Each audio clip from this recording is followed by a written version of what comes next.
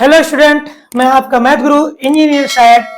हम लोग जो त्रिकोणमिति का सीरीज शुरू किए थे, उसी सीरीज को आगे बढ़ाते हुए हम लोग एनसीईआरटी के 8.4 लेके आपके सामने उपस्थित हैं। और एनसीईआरटी का 8.4 का पहले हम बेसिक कॉन्सेप्ट सीखेंगे, फिर उसके बाद हम चैप्टर में एंट्री करेंगे। तो सबसे पहले जो बेसिक सीखेंगे इस चैप्टर का, तो बच्चे इसमें सीखना में क्या है, तो हमें सबसे पहले त्रिकोणमितीय सर्व समीकरणाएं क्या होती है इनके बारे में जानना है। इसी को इंग्लिश में ट्रिगोनोमेट्रिक आइडेंटिटीज के नाम से जानते हैं। जैसे कि हम लोग बीजगणित पढ़े बच्चों कि बीजगणित में सर्व समीकरण पद को किस प्रकार डिफाइन किया जाता है। तो हमने बीजगणित में ऑलरेडी पढ़ के आए हैं कि बीजगणितीय समीकरण को सर्व समीकरण तब कहा जाता है जब यह समीकरण संबंधित चरों के सभी मानों के लिए सत्य हो। तब ऐसे समीकरण को हम लोग बीजीय सर्व समीकरण कहते हैं। लेकिन अगर बात करेंगे त्रिकोणमितीय, इसी प्रकार से हम लोग त्रिकोणमितीय सर्व समीकरण को भी परिभाषित करते हैं। तो त्रिकोणमितीय सर्व समीकरण होता क्या बच्चों? तो त्रिकोणमितीय अनुपातों से संबंधित समीकरण को त्रिकोणमितीय सर्व समीकरण कहा जाता है जब ये संबंधित कोणों के सभी मानों के लिए सत्य हो जाए। बच्चे फिर से एक बार हम बात करते हैं कि त्रिकोणमितीय अनुपातों से संबंधित समीकरण को त्रिकोणमितीय सर्व समीकरण कहा जाता है जब यह संबंधित कोणों के सभी मानों के लिए सत्य होता है। उम्मीद करते हैं बच्चे यहां तक आपको समझ में आया होगा।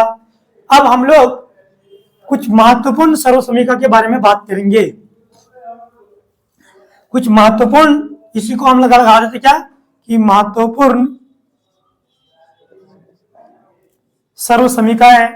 अगर इंग्लिश में अगर बात करेंगे तो क्या जाएगा? Important trigonometric identities. बच्चे मेरे साथ बने रहेंगे, आपको बहुत कुछ आज मिलने वाला है।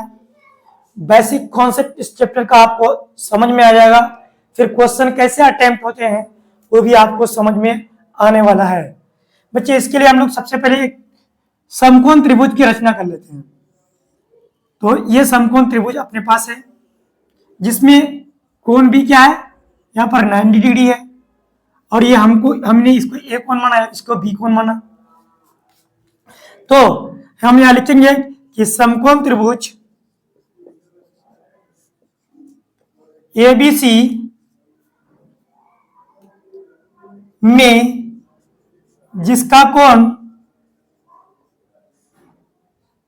बी समकोण है, जिसका कोण बी समकोण है यानी 90 डिग्री है, तब पाइथागोरस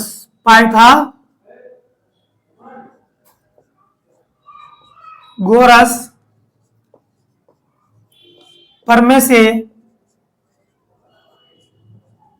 हम जानते हैं कि आधार स्क्वायर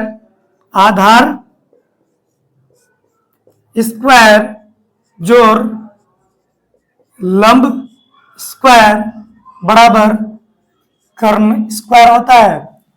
अगर हम बात करेंगे बच्चे इस 90 डिग्री की, तो इस कोण बी की, तो कोण बी के सम्मुख जो भी भुजा होगा ये हमारा कर्ण हो जाएगा। अगर हम इस कोण की बात कर लेंगे तो ये हमारा जो होगा, अगर हम इस कोण ए की बात कर लेंगे तो ये हमारा आधार हो जाएगा बच्चे। और अगर इसकी बात करेंगे तो ये हमारा क्या हो जाएगा? बीसी हमारा क्या हो जाएगा? लंब हो जाएगा। तो यहां पर हम वैल्यू पुट कर लेते हैं, ए बी स्क्वायर जोड़ बी सी स्क्वायर बराबर ए सी स्क्वायर। अब दोनों ओर इसको हम समीकरण एक भी मान सकते हैं। तो समीकरण एक के दोनों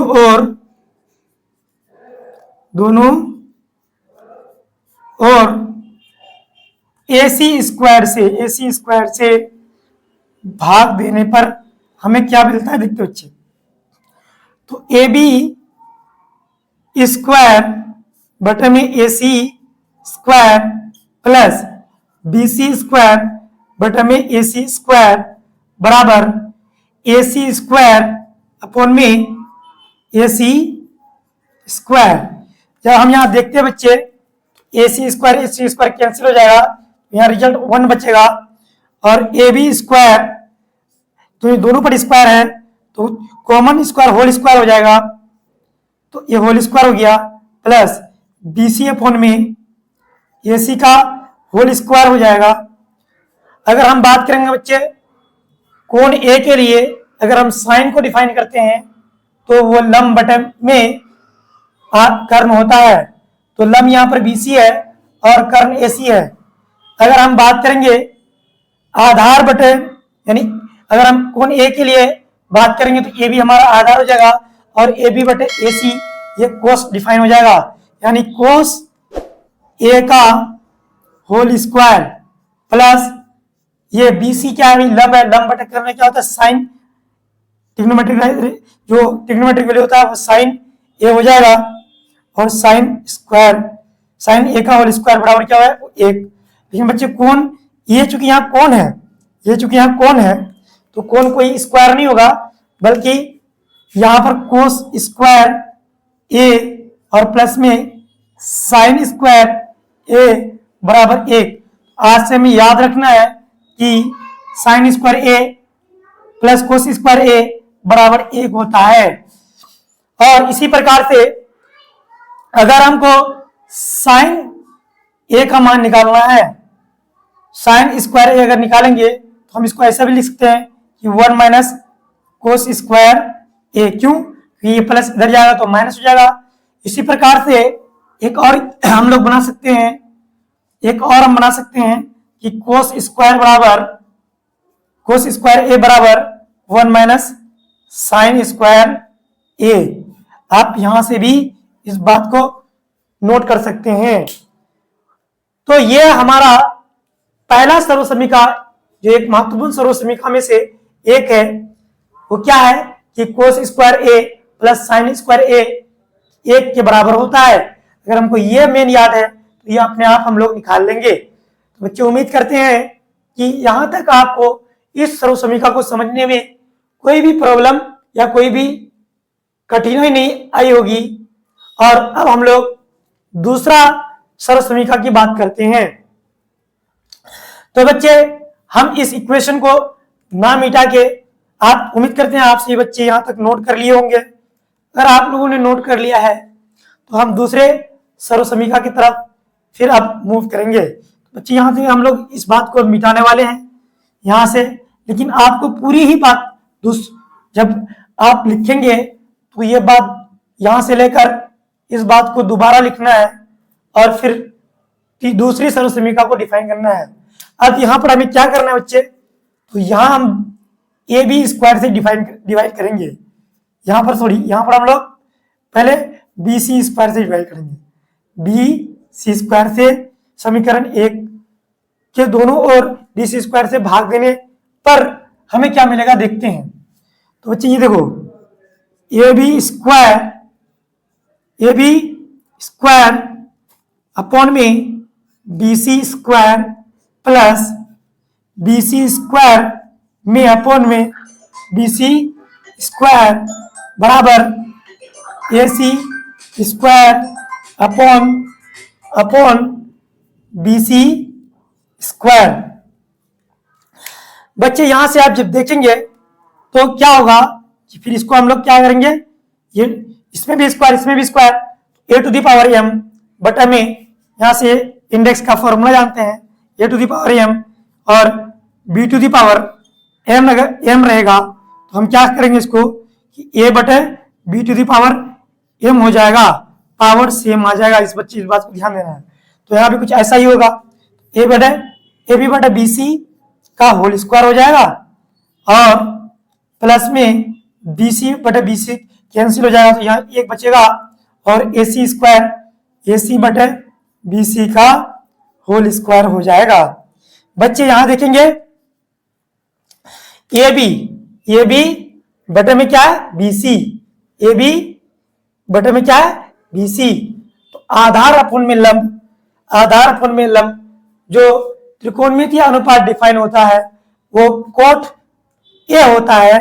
तो कोट A का होल स्क्वायर प्लस 1 और ये जो होगा हमारा AC क्या बच्चे यहां देखेंगे, AC जो हमारे पास कर्ण है और BC क्या है लंब है, तो लंब बटे में कर्ण जो त्रिकोणमितीय अनुपात परिभाषित होता है वो होता है कोसेक थीटा, यानी कोसेक A का होल स्क्वायर हो जाएगा। यहां देखेंगे तो ये अपने पास मिलने जा रहा है एक कोट स्क्वायर A प्लस 1 बराबर कोसेक स्क्वायर A, या एक इंपॉर्टेंट फॉर्मूला यहां से हमारे पास आ गया। इसी को हम लोग लिख सकते हैं रीअरेंज करके कि 1 प्लस, अच्छा इसको रीअरेंज करके लिखेंगे ज्यादा अच्छा लगेगा कि 1 प्लस कोट स्क्वायर A जो बराबर होता है वो कोसेक स्क्वायर A के बराबर होता है। इसी प्रकार से हम लोग इसको लिख सकते हैं cosec square A minus cot square A बराबर में 1। एक दूसरा फॉर्मूला यहां से भी लिख सकते हैं, या तीसरा एक और लिख सकते हैं, वो क्या हो जाएगा कि कोसेक स्क्वायर A, एक को इधर लेंगे तो -1 हो जाएगा और ये कोट स्क्वायर A के बराबर हो जाएगा। बच्चे आगे हम लोग इसका इस्तेमाल क्वेश्चन को सॉल्व करने के लिए करेंगे। उम्मीद करते हैं कि आप सभी बच्चों को ये भी सर्वसीमी का आसानी से समझ में आ गया होगा। अब हम लोग बच्चे बात करेंगे तीसरी इंपॉर्टेंट सर्वसमीका की, और उसके बाद फिर हम लोग क्वेश्चन पर मूव करेंगे। उसके पहले फिर हम लोग यहां से इन सारे बातों को मिटाएंगे बच्चों। उम्मीद करते हैं आप सभी ने यहां तक पूरा लिख लिया होगा। अब ये तीसरा जो सर्वसमीका डिफाइन करेंगे बच्चे, फिर ये तीसरे के लिए भी यहीं से लिखना प्रारंभ करेंगे, यहां से लिखना प्रारंभ करेंगे और अंत तक लिखते रहेंगे। अब बच्चे यहां देखेंगे, अब हम लोग BC को हटाकर, BC ना करके हम लोग किससे भाग लगाते हैं, AB स्क्वायर लगा देते हैं।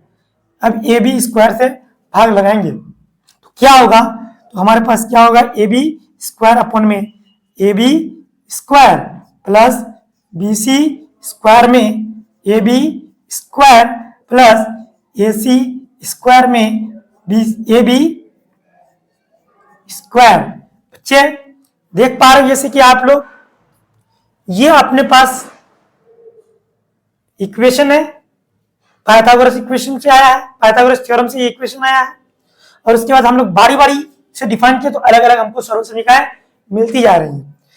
जो आप लोग भी प्रैक्टिस करेंगे तो मजा आएगा समझने में। तो इसको जाकर प्रैक्टिस करना है, जैसे जैसे हम करा रहे हैं तो आपको भी बढ़िया से समझ में आएंगे चीजें, आप भी आसानी से कर पाएंगे।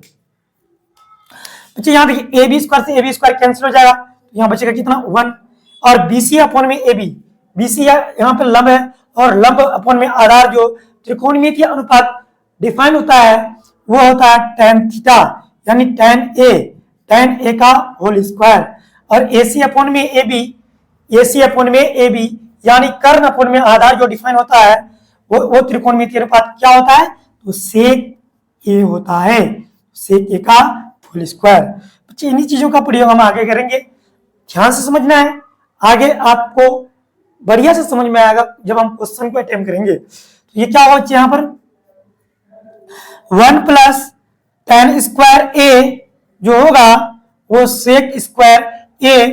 हमारे पास एक इंपॉर्टेंट, ये भी एक इंपॉर्टेंट त्रिकोणमितीय सर्वसमीका है, हमने आपके सामने प्रूव करके लाया है। और इसी को हम दूसरे तरह से भी लिख सकते हैं बच्चे, क्या लिख सकते हैं कि सेक स्क्वायर A माइनस में tan स्क्वायर A जब जब कभी रहेगा तो हम उसके लिए एक प्रयोग कर सकते हैं, एक उसकी जगह पे लिख सकते हैं। इसी प्रकार से हम लोग क्या लिख सकते हैं बच्चे कि सेक स्क्वायर A माइनस में 1 को हम लोग tan स्क्वायर A के बराबर भी लिख सकते हैं। बच्चे उम्मीद करते हैं कि आप सबों को ये तीनों सर्व समीकरण बड़े अच्छे ढंग से समझ में आ गया होगा। और अगर हमारे ये वीडियोस आपको समझ में आया है तो हमारे वीडियो को लाइक करना ना भूलें। हमारे इन वीडियोस को आप शेयर करें आप अपने दोस्तों के पास, और हमारे चैनल को सब्सक्राइब करना ना भूलें। थैंक यू, धन्यवाद।